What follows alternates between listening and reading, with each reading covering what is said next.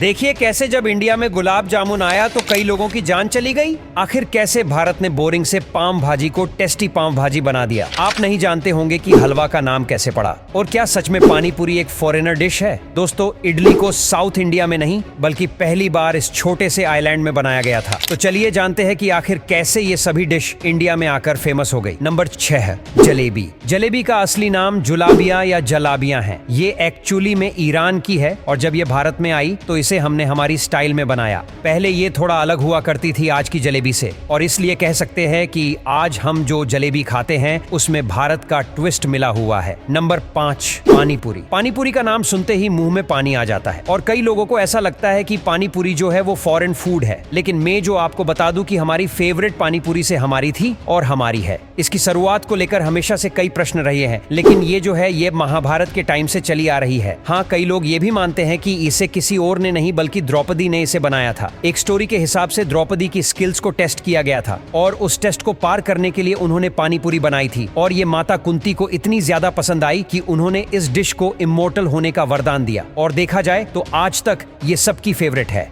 Number 4 gulab jamun. जब ये India में आया तो कई लोगों को आपने जान से हाथ धोना पड़ा। इसके इंडिया में आने की स्टोरी काफी सैड है। इससे सबसे पहली बार मुगल लाए थे जो कि इंडिया के काफी वायलेंट थे। उस वक्त गुलाब जामुन को लुकमा ते अल कादी कहा जाता था, जो कि एक पर्शियन डिश है और इसके लिए भी 2 मशहूर स्टोरी हैं। एक तो ये कैसे मुगल्स अपने साथ पर्शिया से यहाँ पर लाए थे और यहाँ के लोगों को भी ये बहुत पसंद आया था, और वहीं कई लोग ये भी कहते हैं कि जो पर्शिया के सेफ थे उन्होंने मुगल बादशाह को खुश करने के लिए एक स्वीट बनाया था और गलती से उनसे गुलाब जामुन बन गया। हालांकि इसका कोई प्रूफ मौजूद नहीं है। नंबर 3 इडली। हमें इडली को देखकर लगता है कि ये एक साउथ इंडियन डिश है, लेकिन मुझे भी आप पता चला कि हम गलत है। दरअसल इडली वो एक इंडोनेशियन डिश है जिसका रियल नेम है कैडली। ये तब की बात है जब इंडोनेशिया में हिंदू राजा राज करते थे और उनमें से कई शादी करने के लिए इंडियन वाइफ को चुनते थे, और जब वो इंडिया में आते थे तो उनके साथ ये केडली भी इंडिया में आई और इंडिया में आने के बाद केडली बनकर रह गई और इसके कई वक्त बाद